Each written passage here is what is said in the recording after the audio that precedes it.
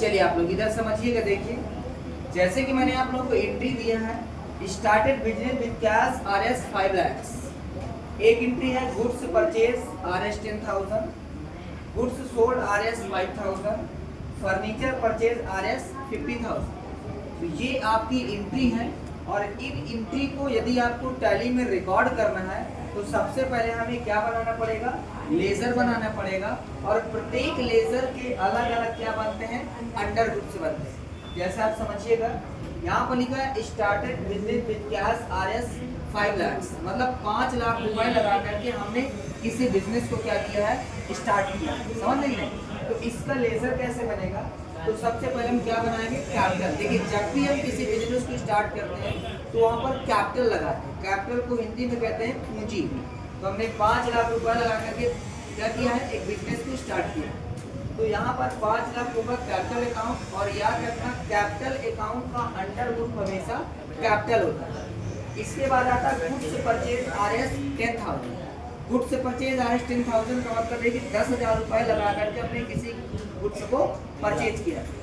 इसमें 2 अकाउंट बनेंगे, एक तो गुड्स परचेज का, दूसरा कैश। तो कैश का लेजर टैली में कभी नहीं बनता क्योंकि वो पहले से बना होता। तो हम केवल बनाएंगे गुड्स परचेज। तो यहाँ पर लिखेंगे हम लोग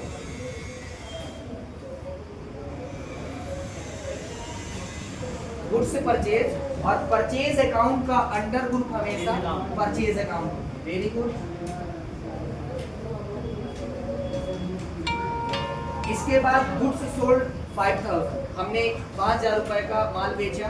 तो इसका भी हमको लेजर बनाना पड़ेगा क्योंकि विदाउट लेजर के हम टैली के किसी भी वाउचर में एंट्री नहीं कर सकते।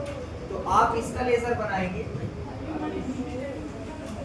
Goods sold account. जैसे परचेज अकाउंट का अंडर ग्रुप परचेज अकाउंट होता है, वैसे सोल्ड अकाउंट का अंडर ग्रुप सेल्स अकाउंट होता है। तो यहाँ पर लिखेंगे सेल्स अकाउंट। एक बात आपको जानकारी के लिए बता दूं कि जो परचेज अकाउंट और जो सेल्स अकाउंट होता है, ये दोनों अंडर ग्रुप सिर्फ और सिर्फ गुड्स के लिए होते हैं, असेट्स के लिए नहीं होते। तो अगर गुड्स परचेज करते हैं तो परचेज अकाउंट, और अगर गुड्स सोल्ड करते हैं तो सेल्स अकाउंट। क्लियर? अगेन आता देखिए फर्नीचर परचेज RS 50,000। मैंने 50,000 रुपए लगा करके फर्नीचर को क्या किया है, परचेज किया।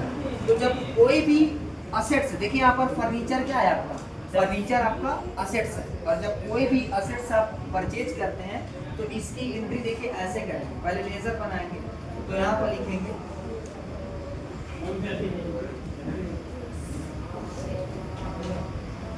Furniture purchase. याद रखना मैंने आपको उस दिन बताया था ये एक प्रकार का क्या है। पहली बात तो अकाउंटिंग में आपको पढ़ाया होगा, फर्नीचर जो होता है एक प्रकार का असेट्स होता है, और टैली में इसको जब अंडर ग्रुप में रखेंगे तो ये होगा फिक्स्ड असेट्स। तो इस प्रकार से जो मैंने आपको 4 एंट्री दी थी उनके सभी के लेजर्स बन गए। यहाँ पर सभी के 2-2 अकाउंट बनते हैं। जैसे स्टार्टेड बिजनेस यानी कि कैपिटल अकाउंट और कैश अकाउंट। कैश का लेजर नहीं बनेगा, खाली कैपिटल का बनेगा। गुड्स परचेज और एक कैश, तो गुड्स परचेज का बनेगा, कैश का नहीं बनेगा। गुड्स सोल्ड का बन जाएगा, कैश का नहीं बनेगा, बिकॉज ये सब पहले से बना होता है। यहाँ पर हमने फर्नीचर परचेज किया है, वो भी कैश में किया है, तो कैश का लेजर बनेगा नहीं, बनेगा ओनली फर्नीचर अकाउंट। तो फर्नीचर अकाउंट फिक्स्ड असेट्स है, goods sold account sales account, purchase account purchase account. तो इस प्रकार से सभी अलग अलग जिस प्रकार की एंट्रीज होते हैं उसी प्रकार से हम अलग अलग लेजर्स बनाते हैं, और प्रत्येक लेजर्स के अलग अलग क्या होते हैं, अंडर ग्रुप होते हैं। सो आई होप आप सभी को यहाँ तक समझ में आ गया होगा। ओके।